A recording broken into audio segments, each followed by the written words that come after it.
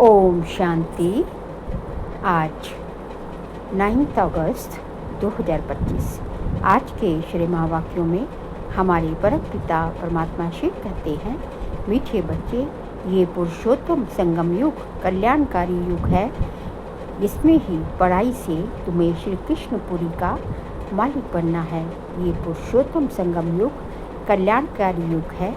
इसमें ही पढ़ाई से तुम्हें श्री कृष्णपुरी का मालिक बनना है।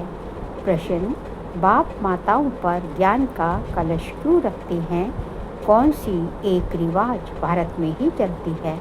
उत्तर: पवित्रता की राखी बांध सबको पतित से पावन बनाने के लिए बाप माताओं पर ज्ञान का कलश रखते हैं। रक्षाबंधन का भी भारत में ही रिवाज है। बहन भाई को राखी बांधती है। ये पवित्रता की निशानी है। बाप कहते हैं, बच्चे, तुम मामे कम याद करो तो पावन दुनिया के मालिक बन जाएंगे। गीत: भोलेनाथ से निराला कोई और नहीं, बिगड़ी को बनाने वाला कोई और नहीं। ओम शांति। ये है भोलेनाथ की महिमा, जिसके लिए कहते हैं देने वाला है। तुम बच्चे जानते हो, श्री लक्ष्मी नारायण को ये राज्य भाग्य किसने दिया? जरूर भगवान ने दिया होगा, क्योंकि स्वर्ग की स्थापना तो वही करते हैं। स्वर्ग की बादशाही भोलेनाथ ने जैसे लक्ष्मी नारायण को दी, वैसे ही श्री कृष्ण को दी। राधे कृष्ण अथवा लक्ष्मी नारायण की बात तो एक ही है, परंतु राजधानी है नहीं। उन्हों को सिवाय परमपिता परमात्मा के कोई राज्य दे नहीं सकते। उन्हों का जन्म स्वर्ग में ही कहेंगे। ये तुम बच्चे ही जानते हो। तुम बच्चे ही जन्माष्टमी पर समझाएंगे।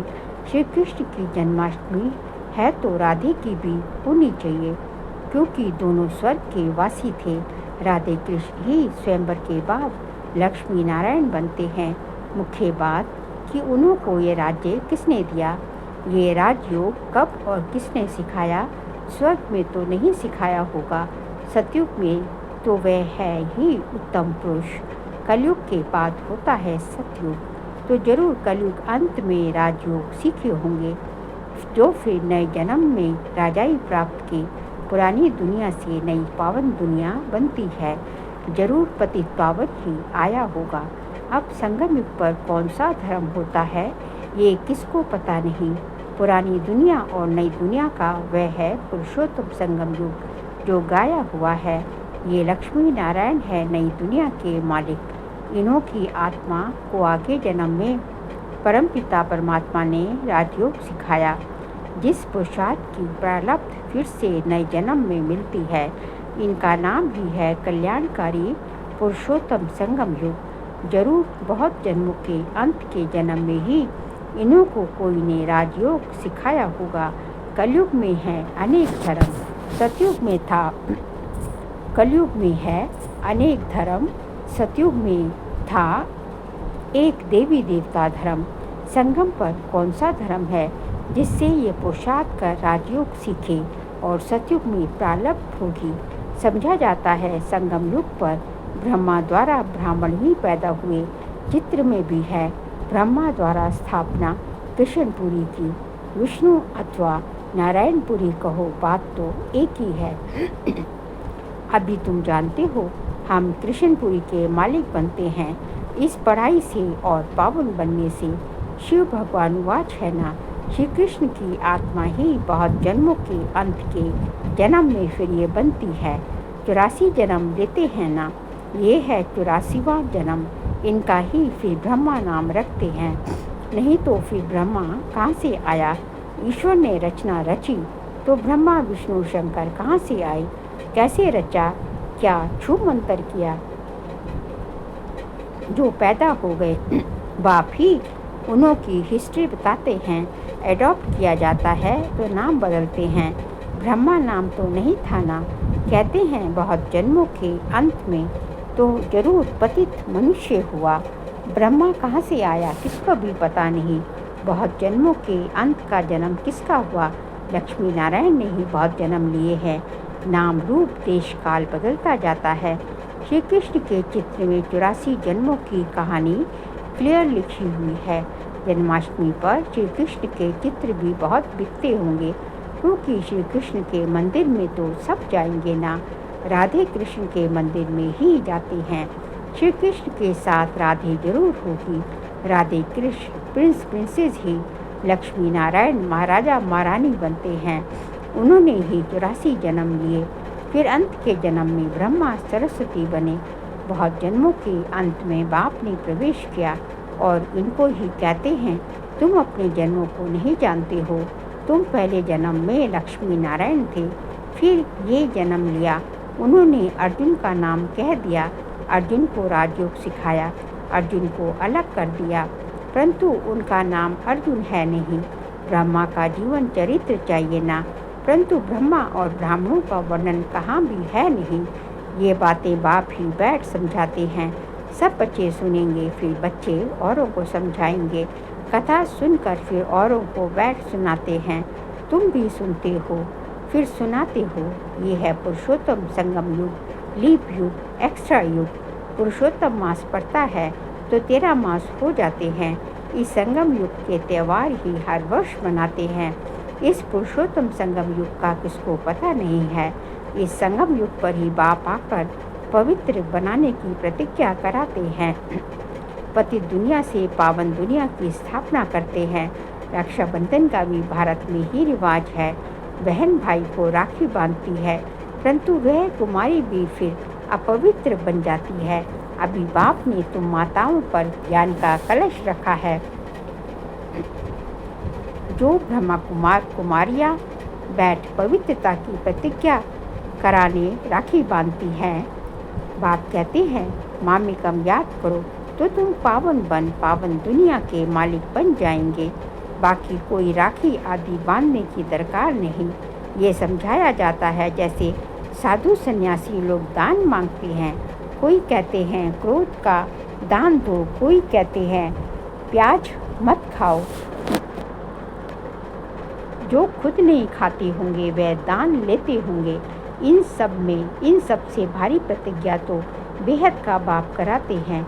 तुम पावन बनना चाहते हो तो पतित पावन बाप को याद करो। द्वापर से लेकर तुम पतित बनते आए हो। अब सारी दुनिया पावन चाहिए, वह तो बाप ही बना सकते हैं। स्वर्ग का गति सदगति दाता कोई मनुष्य हो नहीं सकता।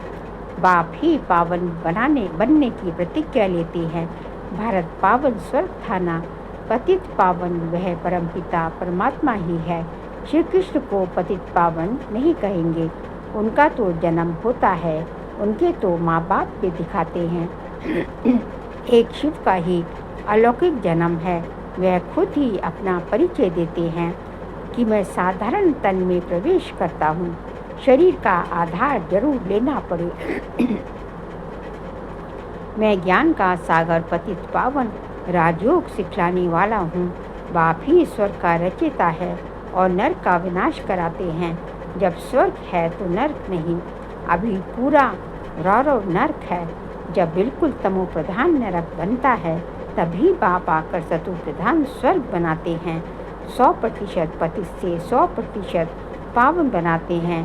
पहला जन्म जरूर सतो प्रधान ही मिलेगा। बच्चों को विचार सागर मंथन कर भाषण करना है, समझाना फिर हर एक का अलग अलग होता है। बाप भी आज एक बात कल फिर दूसरी बात समझाएंगे। एक जैसी समझानी तो हो न सके। समझो टेप से कोई एक्यूरेट सुने भी, परंतु फिर एक्यूरेट सुना नहीं सकेंगे। फर्क जरूर पड़ता है।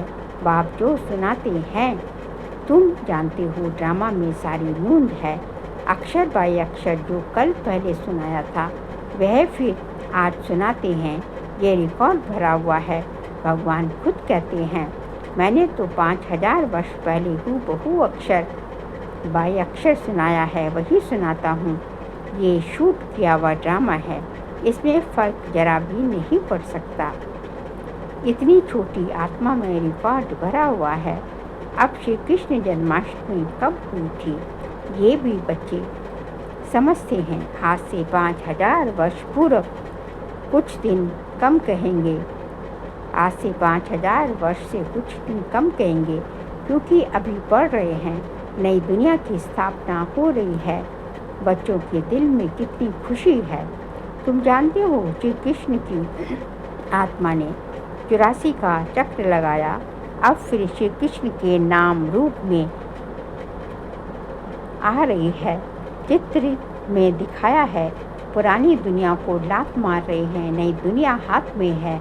अभी पढ़ रहे हैं, इसलिए कहा जाता है श्री कृष्ण आ रहे हैं। जरूर बाप बहुत जन्मों के अंत में ही पढ़ाएंगे। ये पढ़ाई पूरी होगी तो श्री कृष्ण जन्म लेंगे। बाकी थोड़ा टाइम है पढ़ाई का। जरूर अनेक धर्मों का विनाश और एक सत्धर्म की स्थापना हुई होगी। सो भी एक श्री कृष्ण तो नहीं हुआ होगा, सारी श्री कृष्ण पूरी होगी। ये ब्राह्मण ही है जो फिर ये राजयोग सीख देवता पद पाएंगे। देवताएं बनते ही है नॉलेज से।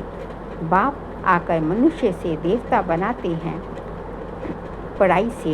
ये पाठशाला है, इसमें सबसे ज़्यादा टाइम लगता है। पढ़ाई तो सहज है, बाकी योग में है मेहनत। तुम बता सकते हो श्री कृष्ण की आत्मा अब राजयोग सीख रही है। परमपिता परमात्मा द्वारा, शिव बाबा ब्रह्मा द्वारा हम आत्माओं को पढ़ा रहे हैं विष्णुपुरी का राज्य देने। हम प्रजापिता ब्रह्मा के बच्चे ब्राह्मण ब्राह्मणियाँ हैं। ये है सत्य संगम युग। ये बहुत छोटा सा युग है। चोटी सबसे छोटी होती है ना, फिर उनसे बड़ा मुख, उनसे बड़ी बाहें, उनसे बड़ा पेट और उनसे बड़ी टांगे विराट रूप दिखाते हैं, परंतु उसकी समझाने कोई नहीं देते। तुम बच्चों को ये 84 जन्मों का चक्र का राज समझाया है। शिव जयंती के बाद है श्री कृष्ण जयंती। तुम बच्चों के लिए ये है संगम युग। तुम्हारे लिए कलयुग पूरा हो गया। बाप कहते हैं मीठे बच्चे, अब मैं आया हूँ तुमको सुखधाम शांति धाम में ले जाने के लिए। तुम सुखधाम के रहवासी थे, फिर दुखधाम में आए। पुकारते हो बाबा जाओ, आओ इस पुरानी दुनिया में। तुम्हारी दुनिया तो नहीं है, तुम्हारी दुनिया तो ये नहीं है। अभी तुम क्या कर रहे हो? योग बल से अपनी दुनिया स्थापन कर रहे हैं। कहा भी जाता है आहिस्ता, कहा भी जाता है अहिंसा परमो देवी देवता धर्म। तुमको अहिंसक बनना है, ना काम कटारी चलानी है, ना लड़ना झगड़ना है। बाप कहते हैं मैं हर 5000 वर्ष के बाद आता हूँ, लाखों वर्ष की बात ही नहीं। बाप कहते हैं यज्ञ तप दान पुण्य आदि करते तुम नीचे गिरते आए हो। बाप ज्ञान से ही सद्गति होती है। मनुष्य तो कुंभकर्ण की नींद में सोए हुए हैं, जो जगते ही नहीं। इसलिए बाप कहते हैं मैं कल्प कल्प आता हूँ। मेरा भी ड्रामा में पार्ट है, पार्ट बगैर मैं भी कुछ कर नहीं सकता। मेरा भी ड्रामा में पार्ट है, पार्ट बगैर मैं भी कुछ कर नहीं सकता। मैं भी ड्रामा के बंधन में हूँ, पूरे टाइम पर आता हूँ। ड्रामा के प्लान अनुसार मैं तुम बच्चों को वापस ले जाता हूँ। अब कहता हूँ मन मना भव, परंतु इनका भी अर्थ कोई नहीं जानते। बाप कहते हैं देह के सर्व संबंध तोड़ मामिकम याद करो तो तुम पावन बन जाएंगे। बच्चे मेहनत करते रहते हैं बाप को याद करने की। ये है ईश्वरीय विश्वविद्यालय। सारे विश्व को सद्गति देने वाला दूसरा कोई ईश्वरीय विश्वविद्यालय हो ना सके। ईश्वर बाप खुद आकर सारे विश्व को चेंज कर देते हैं, हेल से हेवन बनाते हैं। जिस पर भी तुम राज्य करते हो, विश्व शिव को बबुलनाथ भी कहते हैं, क्योंकि वे आकर तुमको काम कटारी से छुड़ाए पावन बनाते हैं। भक्ति मार्ग में तो बहुत शो है, यहाँ तो शांत में याद करना है। वह अनेक प्रकार के हठयोग आदि करते हैं, उनका तो निवृत्ति मार्ग ही अलग है। ये ब्रह्मा को मानते हैं, वह ब्रह्म को मानते हैं। ब्रह्म योगी तत्व योगी हैं। वह तो हो गया आत्माओं के रहने का स्थान, जिसको ब्रह्मांड कहा जाता है। वह फिर ब्रह्म को भगवान समझ लेते हैं, उसमें लीन हो जाएंगे, गोया आत्मा को मॉर्टल बना देते हैं। बाप कहते हैं, मैं ही आकर सर्व की सद्गति करता हूँ। शिव बाबा ही सर्व की सद्गति करते हैं, तो वह है हीरे जैसा। फिर तुमको गोल्डन एज में ले जाते हैं। तुम्हारा भी गोल्डन एज में ले जाते हैं। तुम्हारा भी ये हीरे जैसा जन्म है। फिर गोल्डन एज में आते हो। ये नॉलेज तुमको बाप ही आकर देते हैं, जिससे तुम देवता बनते हो। फिर ये नॉलेज प्रायलोप हो जाती है। इन लक्ष्मी नारायण में भी रचता और रचना की नॉलेज नहीं है। अच्छा, मीठे मीठे सिकिलते बच्चों प्रति माता बाप दादा का याद प्यार और गुड मॉर्निंग। रूहानी बाप की रूहानी बच्चों को नमस्ते। हम रूहानी बच्चों की रूहानी बाप दादा को नमस्ते नमस्ते नमस्ते। सार के लिए पॉइंट्स है।